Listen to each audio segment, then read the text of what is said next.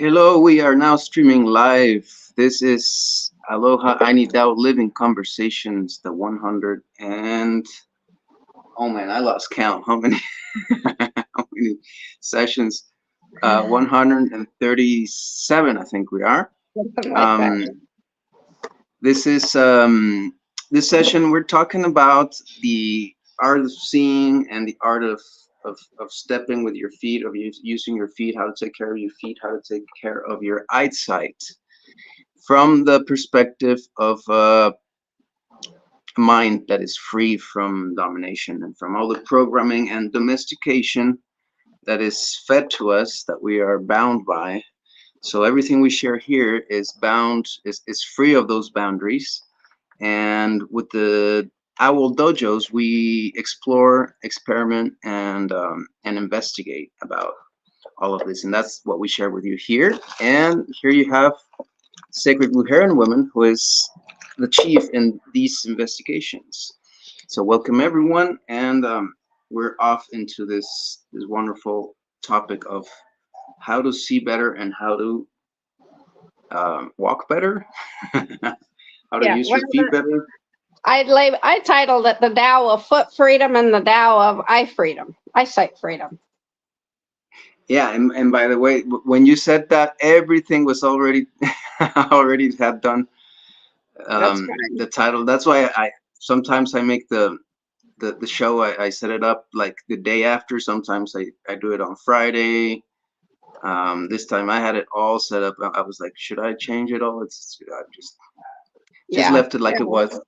Yeah, that's fine. But it's in the description. In the description, it does say that we would talk about the feet as well. And so this is the title then, the Tao, and we've been having that type of title in other things. The Tao of seeing and the art, and the Tao of foot. What was it? What was it? Free feet. Foot freedom. Out of the Tao of free seeing or free eyes, free seeing, and the Tao of foot freedom. Okay. Wow. So it's two very distant things in the body. Yeah, opposite ends of the body, right? Yeah. So to clarify from last week, natural breathing is simply the way a child, a newborn child and young child before we get domesticated, or an animal breathes. And if you notice, it's just a whole body affair for them all. And then we talked also last week, I stated that, and you're frozen, Julian. Let's see if you come back.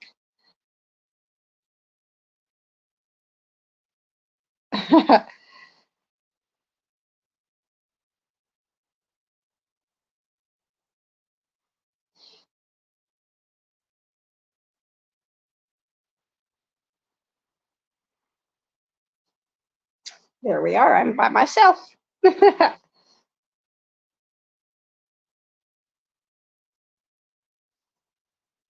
We'll continue.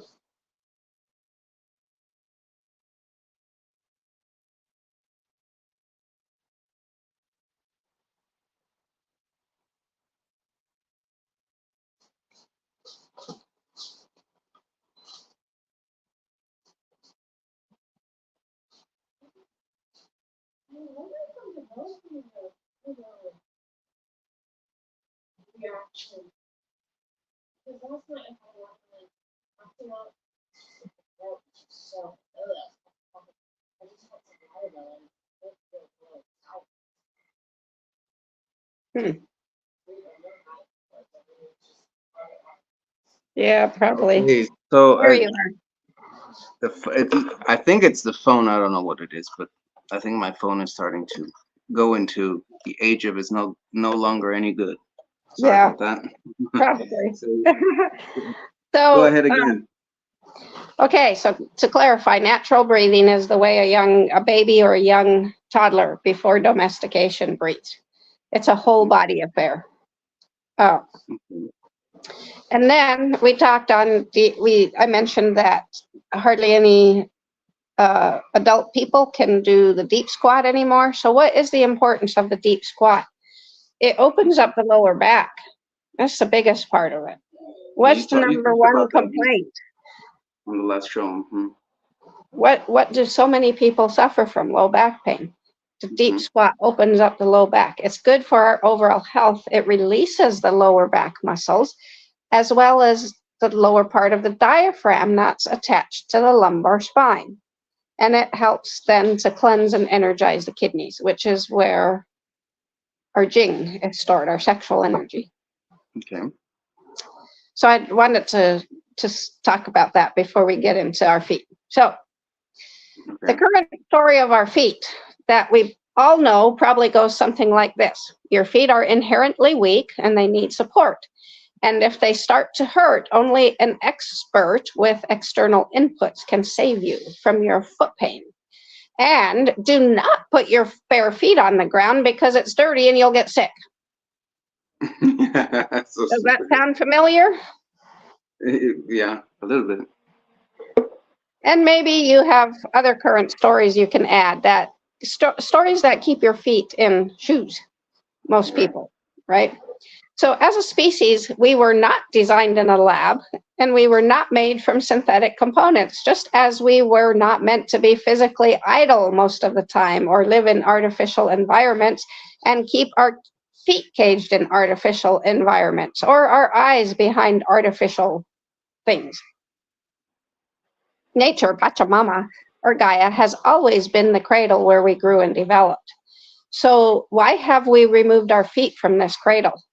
As bipedal animals, our feet are our body's foundation, and we need them for almost everything we do. So if you look at most anybody, you'll find normal yet very dysfunctional feet, especially on any typical citizen of a first world nation. Who has grown up almost constantly wearing shoes, sitting in chairs, sleeping in beds that are off the ground, and has never needed to survive in a natural environment.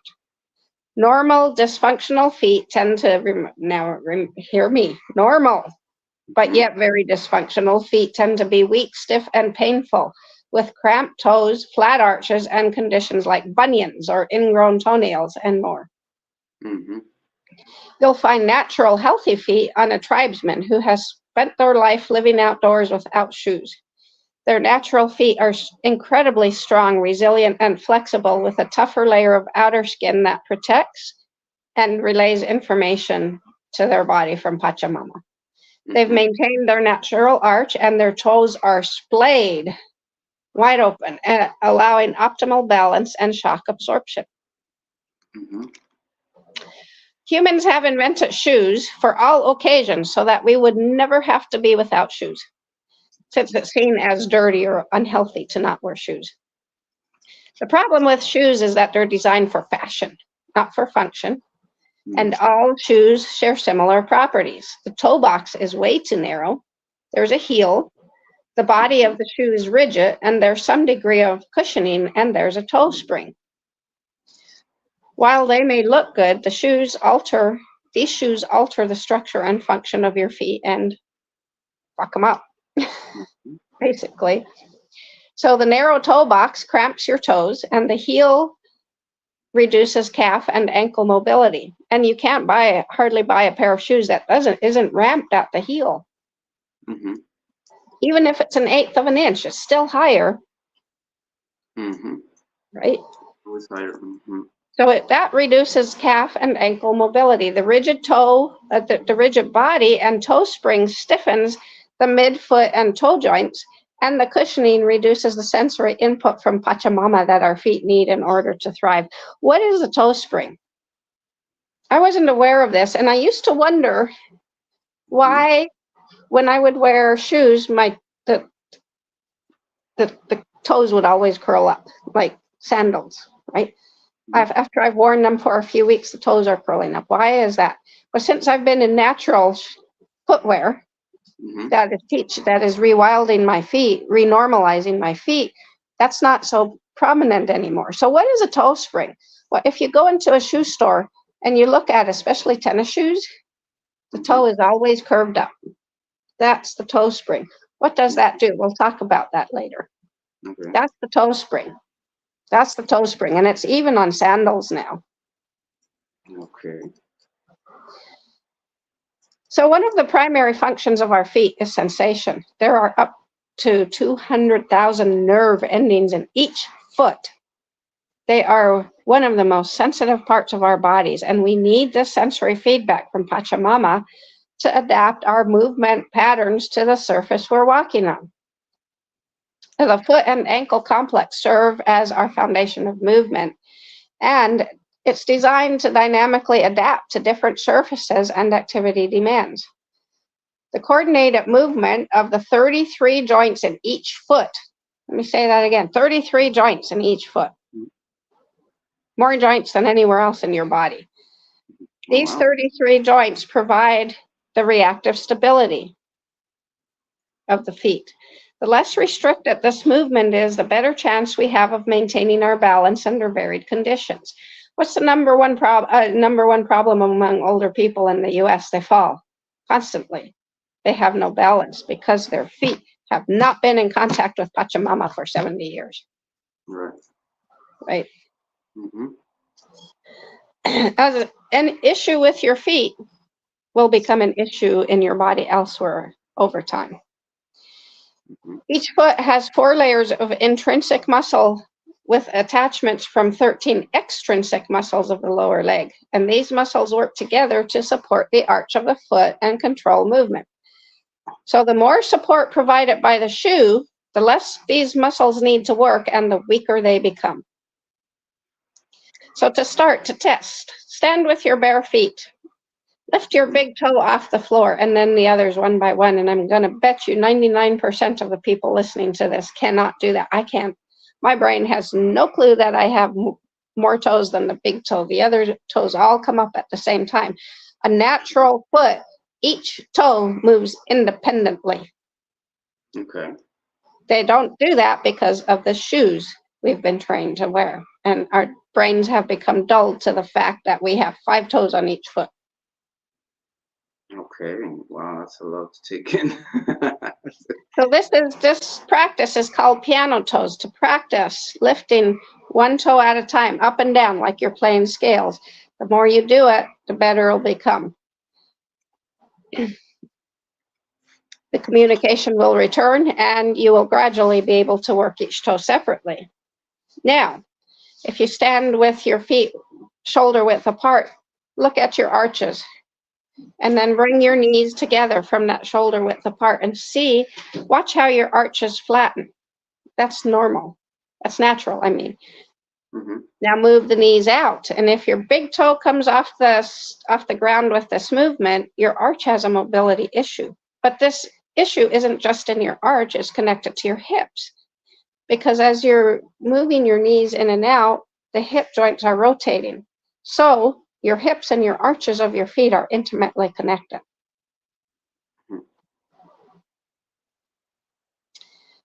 That's just to start with. And that's about all I have on feet for tonight. That's a lot. Doesn't have to be half an hour of time to say something that is, I mean, you got me moving my toes and I'm like, wow, you're right.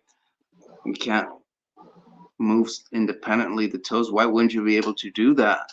So the other thing, in the tribesmen who walk naturally, their toes are splayed. So the other thing we can do while we're sitting and doing nothing, watching TV or whatever, is interlace your fingers between your toes and just hold them there, because it teaches your toes to spread. And that's hard too. Yeah. For someone who's spent their life in shoes, and I have, okay, so that toe spring. Mm-hmm. I said we were going to talk about that. I didn't realize I had no more in here. What it does, when we step, we come down with our heel first, and the foot moves forward, comes down. The arch kind of becomes rigid. The left toe, or the big toe extends. That toe spring keeps the big toe from extending. And that extension is necessary for pushing off for the next step. Mm-hmm.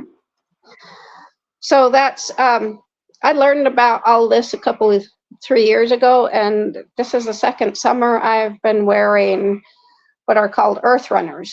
They were fashioned after the Mexican tribe of Indians who runs. It was fashioned after their footwear. And since I've been wearing these, and in the winter I wear what is called skinners, they're sock shoes.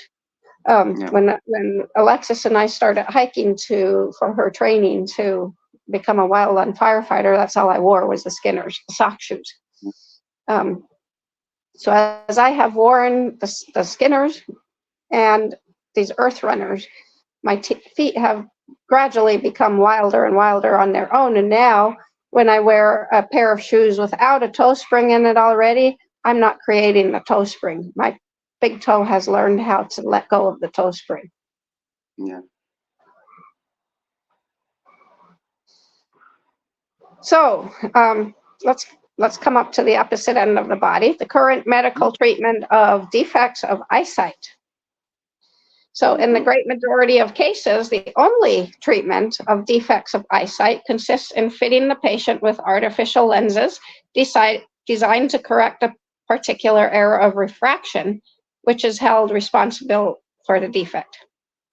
And in most cases, the patient is rewarded by an immediate improvement in eyesight. Do we get the trend here? We're greedy. We're microwave people. We want immediate results, right? But what about nature and her healing process? Do glasses eliminate the causes of defective eyesight? Do the organs of sight, the eyes, revert to normal functioning as the result of the treatment with artificial lenses? The answer is an absolute no.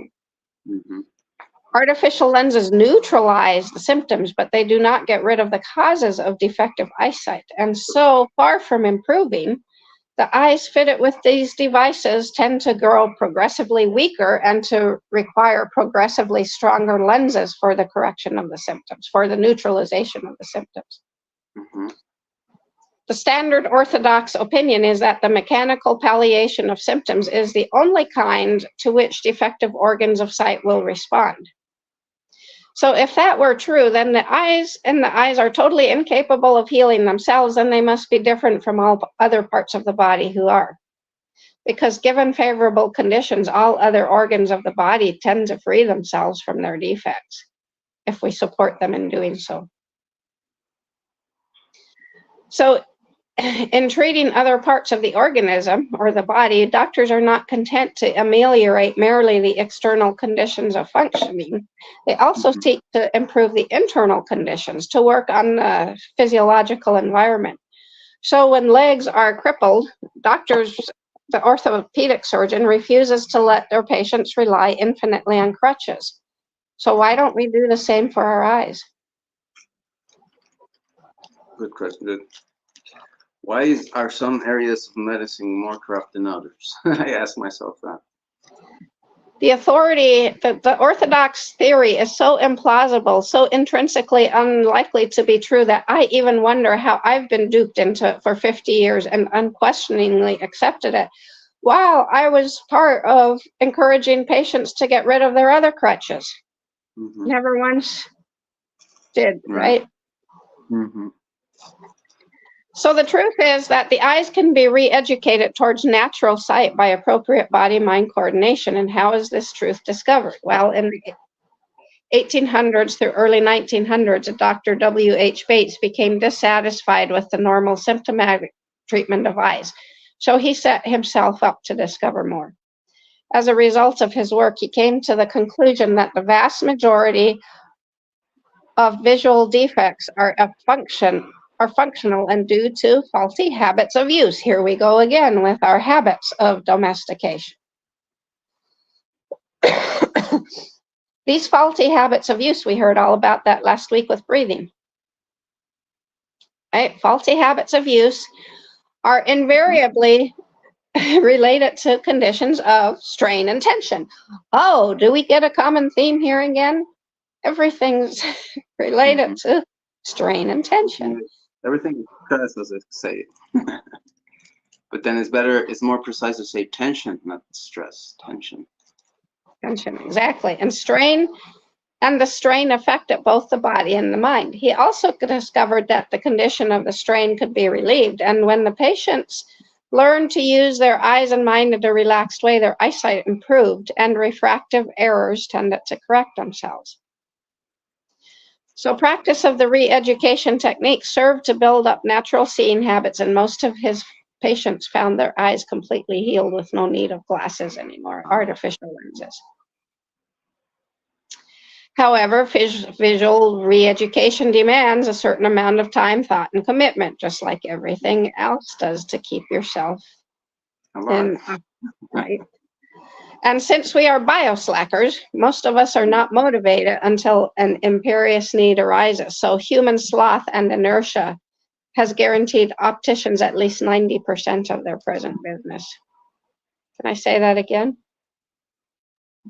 Human sloth and inertia has guaranteed not just opticians, every other single medical professional, 92% and greater of their present business. And you're frozen again.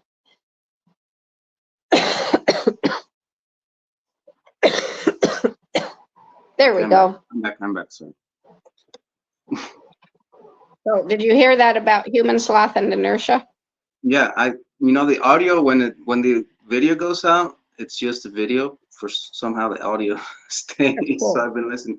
I don't miss anything.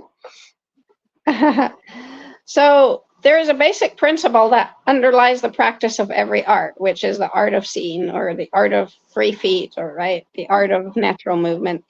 And that is learning to combine relaxation with activity.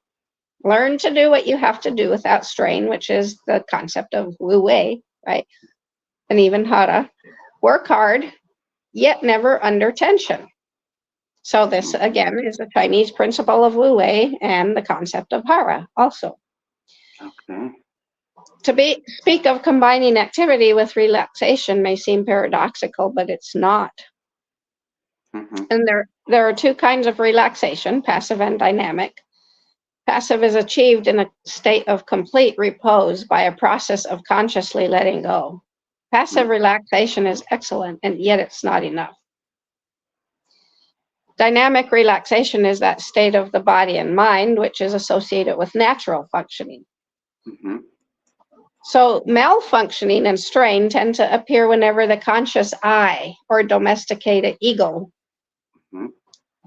interferes with instinctively acquired habits of natural use, either by trying too hard to do well or by feeling unduly anxious about possible mistakes. The great truth discovered in our spiritual nature is that the more there is of the egotistical, domesticated ego I, the less there is of Holy Mother. And in our material nature, the more there is of the domesticated ego I, the less there is of nature, of our natural inherent well-being functioning. Mm-hmm. The conscious I, the domesticated ego of, can reduce its body to a state that it will develop a whole host of disorders, even decay of teeth. So as we practice the techniques of visual re-education, we will discover the extent to which the conscious I, your conscious I, my conscious I, the domesticated ego, persona we think we are, can interfere with the process of seeing, even at times when no distressing emotions are present.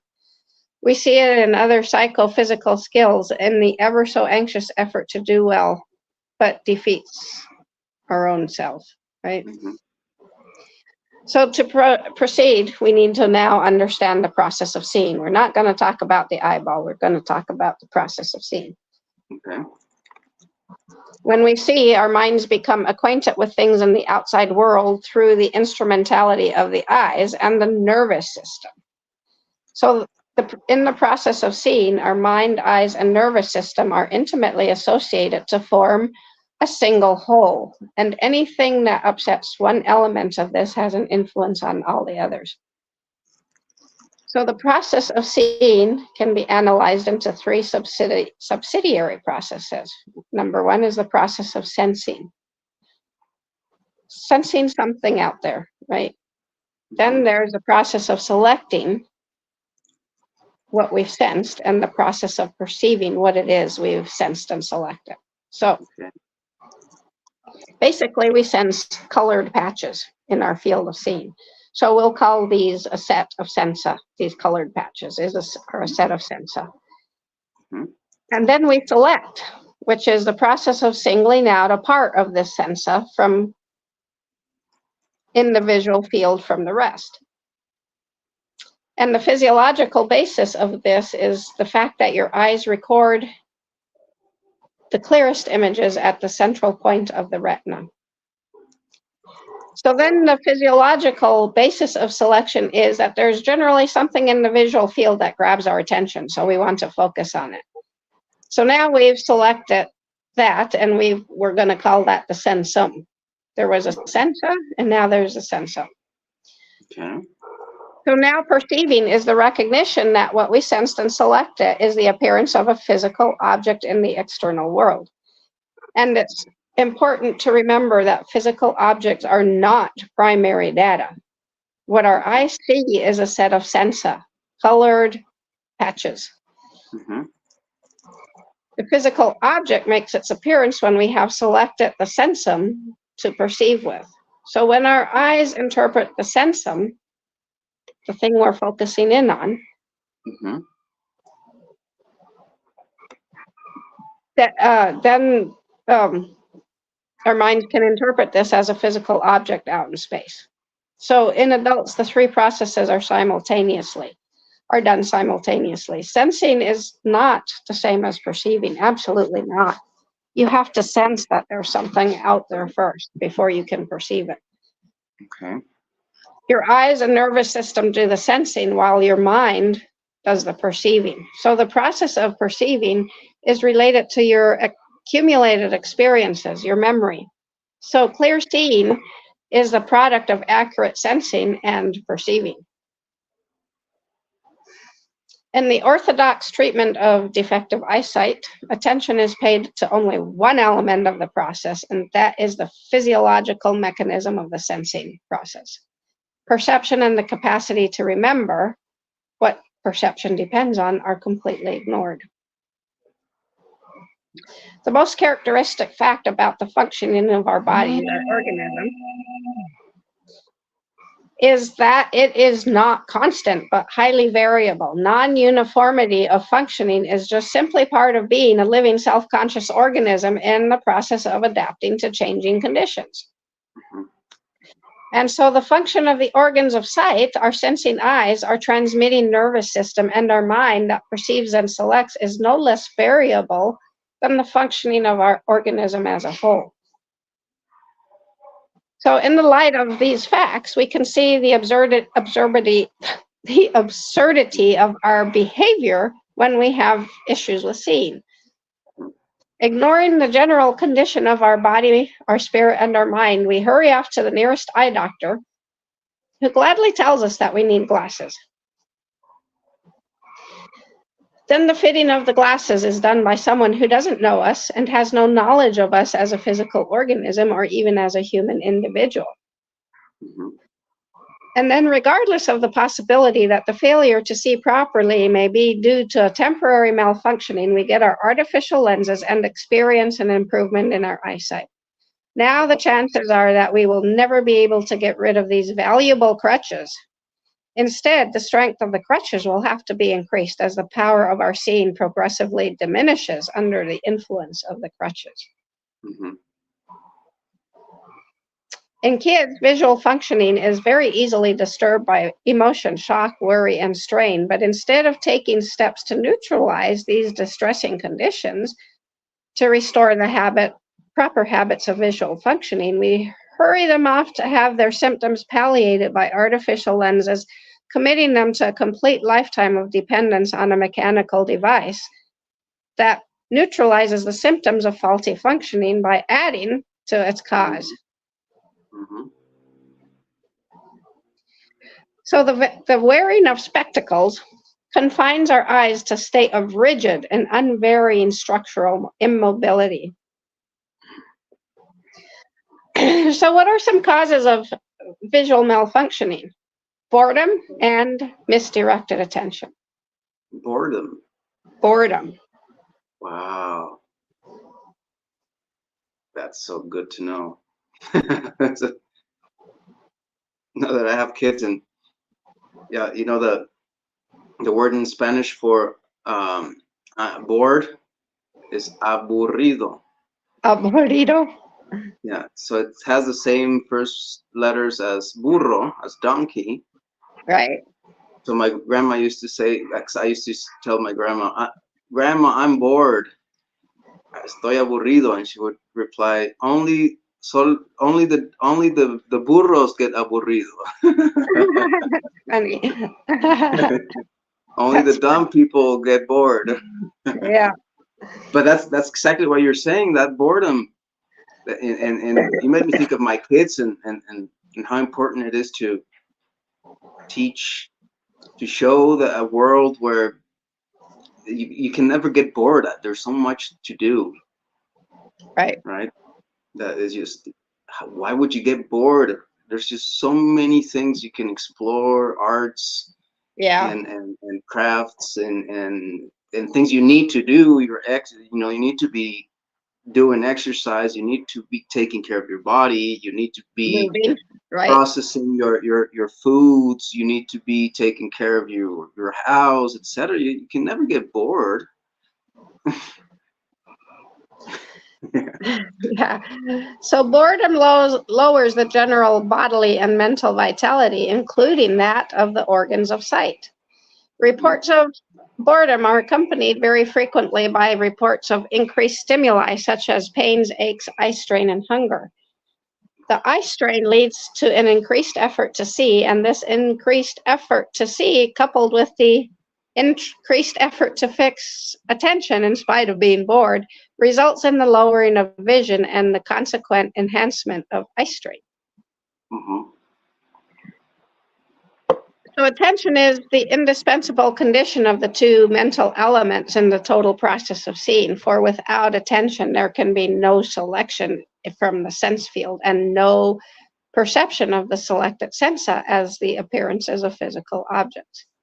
So there's a right way of directing attention and a wrong way. When attention is directed in the right way, visual functioning is good, but in the wrong way, visual functioning is interfered with and the ability to see falls off. We'll get into that a little bit later. Spontaneous attention involves no effort because it is shifting and transitory. Even if it's prolonged, it still doesn't involve much effort.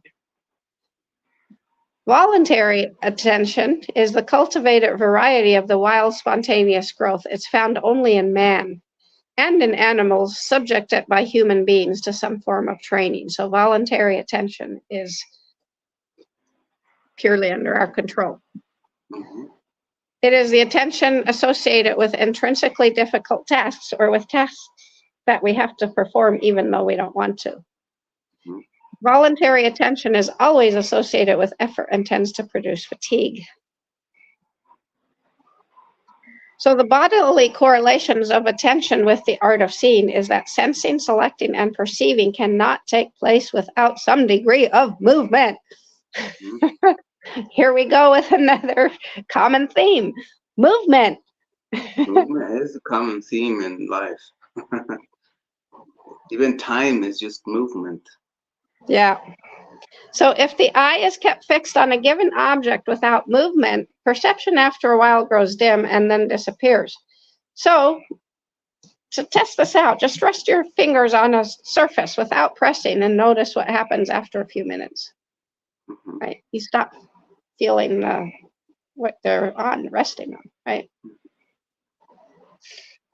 So consciousness is only possible through change, and change is only possible through movement. The theme again, right?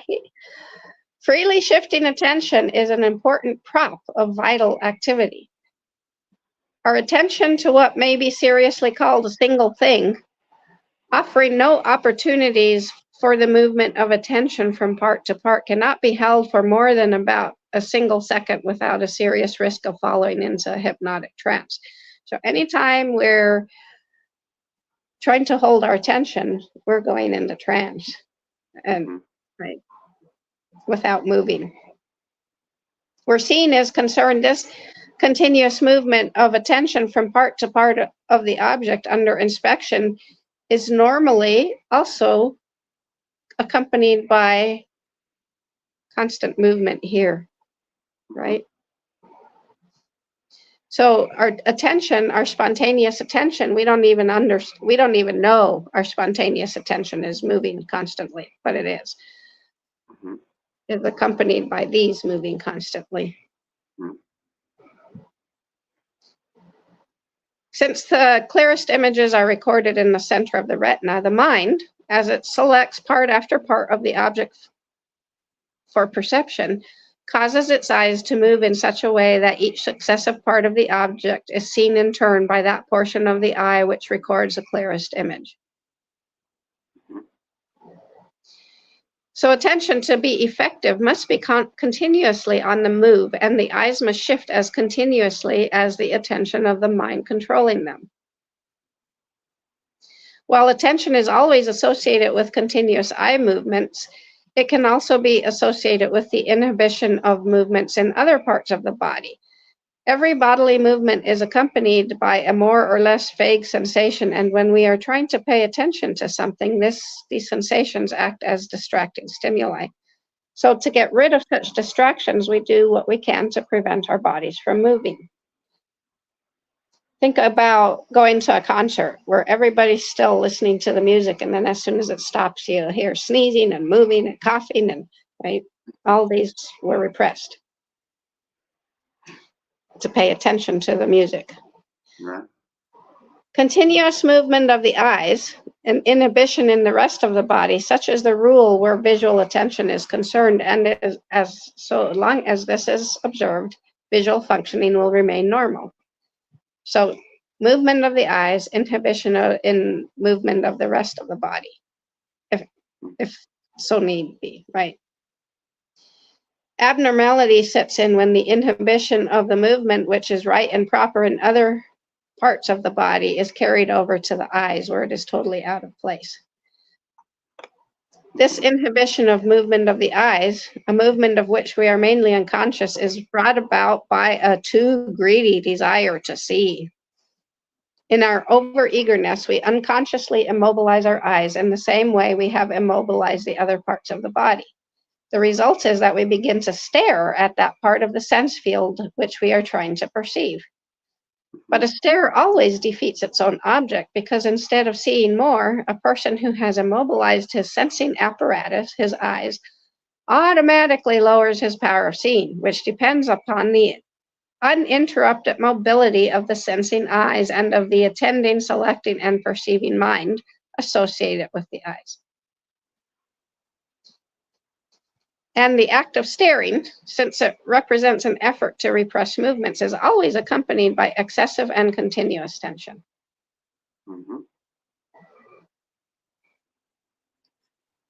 So there is good reason to suppose that improperly directed attention, resulting in the immobilization of the eyes and mind, is the greatest single cause of visual malfunctioning. Improperly directed attention that immobilizes the eyes and mind. Wow. I'm going to remember that, and I wish more people were taking notes on this, because it's important. Wow. Yeah. So this is a treasure trove for here. The art of seeing includes a number of techniques that are good for all, no matter what the nature and degree of visual malfunctioning. And one technique is that of passive relaxation, which is palming the eyes. What is that? The palm rests on the cheekbone, so you're not putting tension on the eyes, and you put your hand over, right, your fingers on the forehead. Yeah. Okay. And what does that do? Where the organs of vision are concerned, complete passive relaxation can be achieved, but it is less beneficial than a mixed state, combining passive and dynamic. The most important techniques, though, of passive relaxation is the process of palming. In palming, the eyes are closed and covered with the palms of the hands. Palms, lower part of the palms resting on the cheekbones to keep excessive tension off the eyeballs. The fingers on the forehead. Palming is the easiest when you're seated with your elbows on the table or desk and your hands over your eyes. So head in your hands, in your palms, right? So when the eyes are closed and all light has been excluded by your hands, your eyes will relax and you should see your sense field uniformly filled with blackness. If your sense field isn't filled with blackness, but filled with colors, you have visual malfunctioning. Okay. Too much attention, too much, right? Whatever. So while palming, occupy your mind with remembering pleasant scenes and incidents out of your history. Avoid anything of a mental stare so as not to produce a corresponding fixation and immobilization of the eyes. So where there is strain and when vision is defective, there can never be too much palming.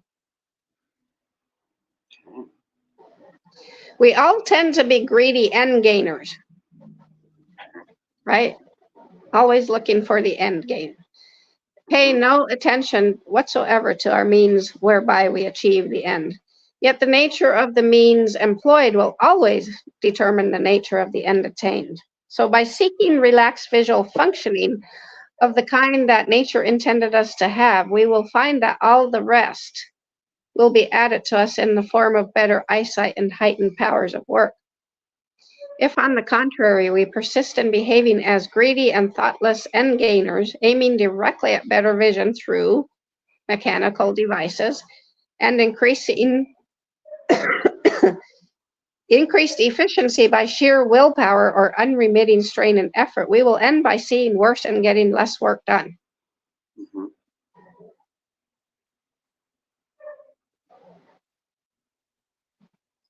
And I'm trying to figure out how to turn this greedy end gainer into ticket to slow sex, right? Greedy end gainers pay no attention to the means whereby.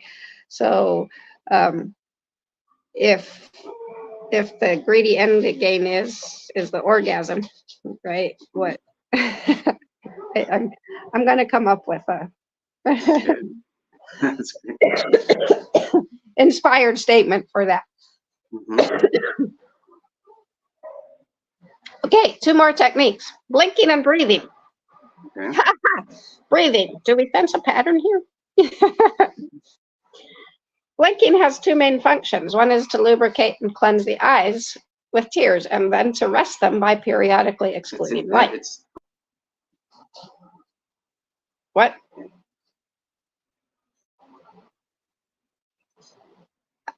I didn't hear that one. Okay. I'm getting. So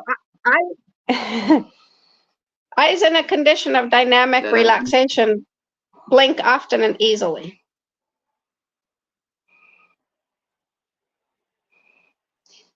But where there is strain, blinking tends to occur less frequently, and the eyelids work very tensely then. This would seem to be due to that same misdirection of attention which cause improper mobilization of the sensing apparatus, the eyes. The inhibition of movement, natural and normal in other parts of the body, is carried over to the eyes and their lids as well.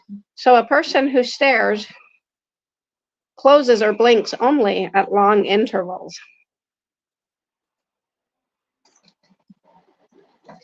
Movement. It's we're all bioslackers. Movement is one of the indispensable conditions of sensing and perceiving. Anyone who wishes to acquire the art of seeing well must cultivate the habit of frequent and effortless blinking. This can be done by pausing every now and then to perform a brief blinking exercise. So like half a dozen light butterfly blinks, then a few seconds of relaxed closure to the lids, more blinks and another closing, and so on for 3 to 5 minutes, the length that times takes for water to boil. Okay. This exercise helps to build up the habit of frequent blinking during the rest of the day. Besides blinking, you can also periodically squeeze the eyes touch height to reinforce the action of the lids with that of other facial muscles.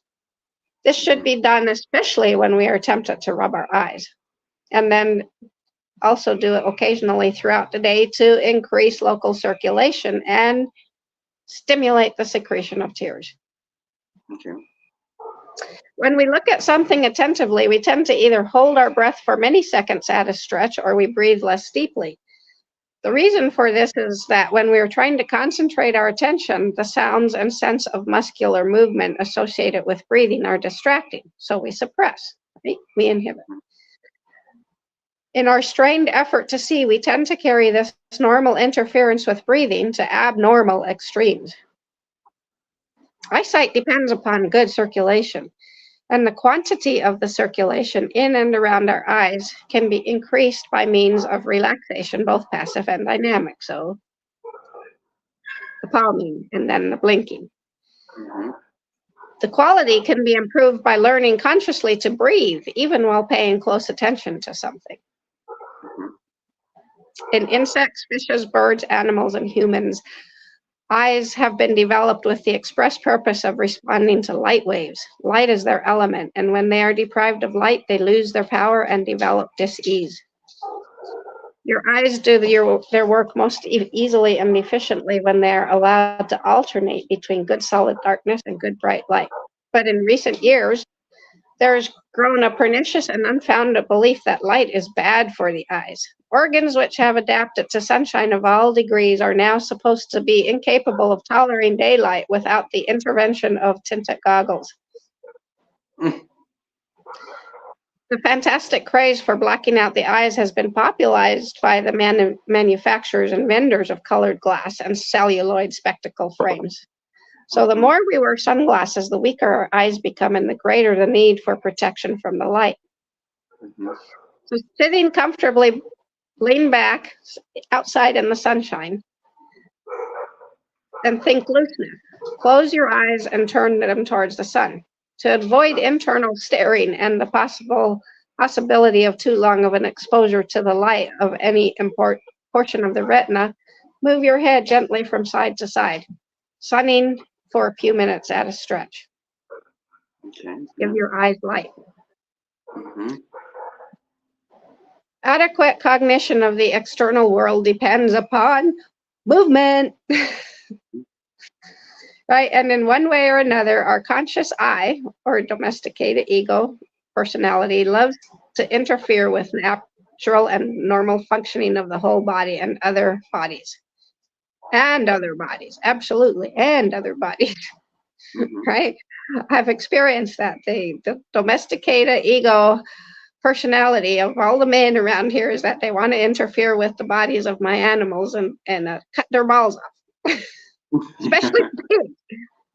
Especially that, they like to do that. So the conscious I, or domesticated ego personality, its fears, worries, and cravings and ambitions forever interfere with the natural function of the physical organs, the sense, nervous system, and mind. Mm-hmm. So we got to pay attention to that. We got to tell that domesticated ego personality to step aside, right? We got to neutralize it. Mm-hmm. So the nature of our mind is such that it cannot do a proper job of perceiving unless its attention is continually shifting from point to point of the regarded object.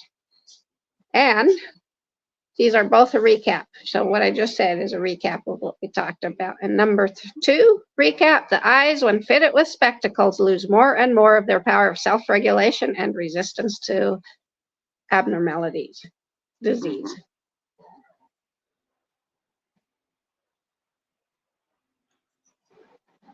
Lots to share. So why am I still wearing glasses? Because Rome wasn't built in a day and Rome can't be unbuilt in a day. Yeah, exactly.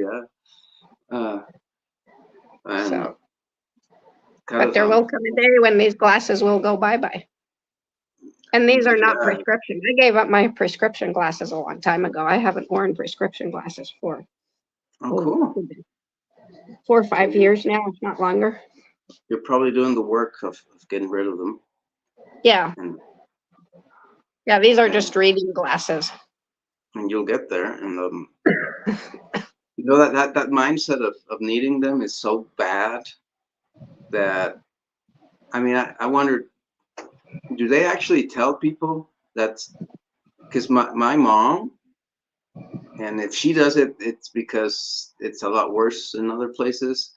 She, at what, like, not only once, but more than once, has told me that I'm going to need glasses one day. Yeah. And I'm like, no, I'm not. So she's being programmed with this belief that there's just no stopping. I mean, that we're just inherently programmed to fail in our vision and need glasses. Yeah. Yeah. Yeah. It's part of our domestication. When you get to a certain age, it will fail, and you will need bifocals, and then you will need trifocals. And Right, and I'm like, that's and I would say, well, without this information, which is a lot, it would have been a lot better to have this information, but without it, at least my intuition was able to tell her, you're wrong. I'm not gonna ever need glasses because I don't have that programming, and I know that I can fix whatever starts getting wrong with me. I can, and everything you said, I'm doing everything you say. Everything you say. I'm moving.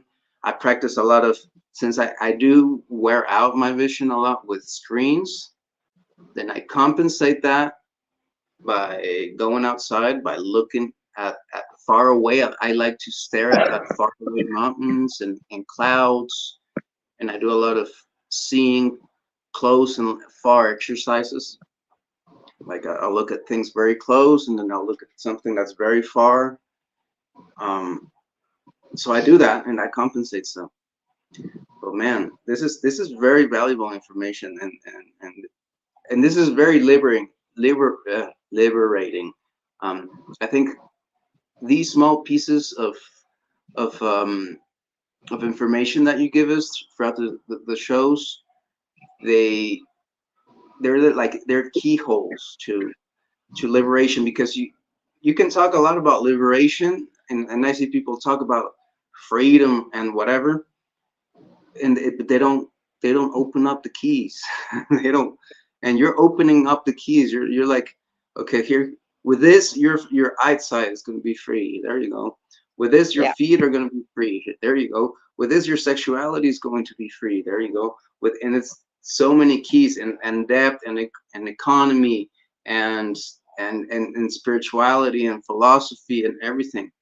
So what would the next key be for next week? You know. well, last week with grounding and the concept of hara, we talked about the Andean, Mhm. Not Incan, Quechua word, right? The concept of uiwa, You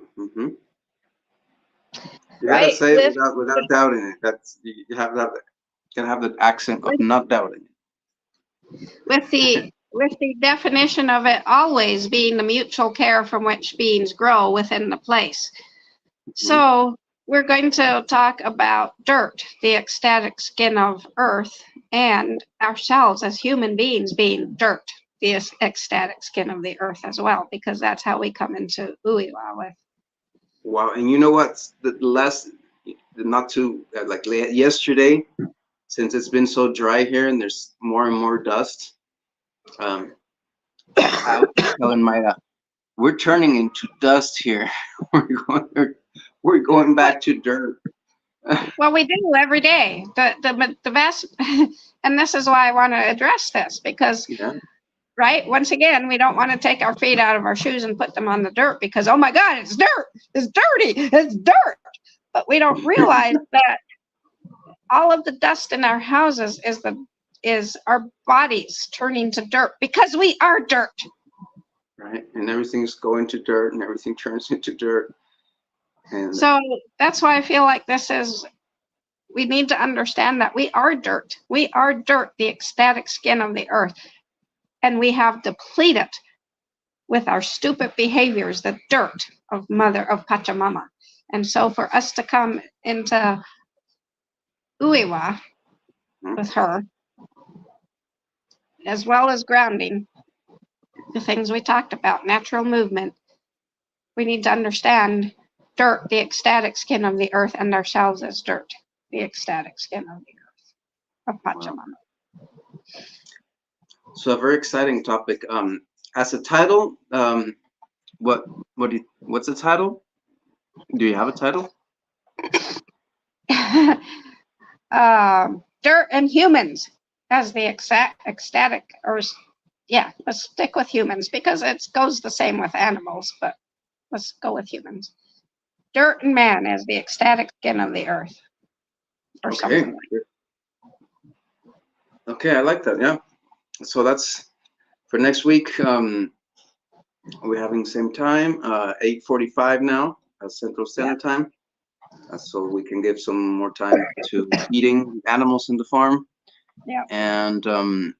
And if you want to add something else, otherwise. Oh, that's it. Then lots of blessings for the people watching, and hope that you can join us in this experience and in the dojos, and you can be part of the dojos soon. So we hope to see you very soon, and sending you lots of love, and we'll see you next week. For anyone who listened and talking about the deep squat, do I do the deep squat? Yes, I do the deep squat for 8 minutes every day. Oh, cool. Yeah. And okay, I'm going to start doing it more. I do other similar. Yeah, I think I do it because I do capoeira, and with that you have to do a lot of that, the squatting. Okay. So it's a natural resting position, but yes, I do it. I very much practice what I speak. So yes, I do it. Okay, so there it is. We must practice what we speak. So come into practice with us, please. Yeah. And, so we'll be seeing you, everyone. And with that, we'll end the conversation.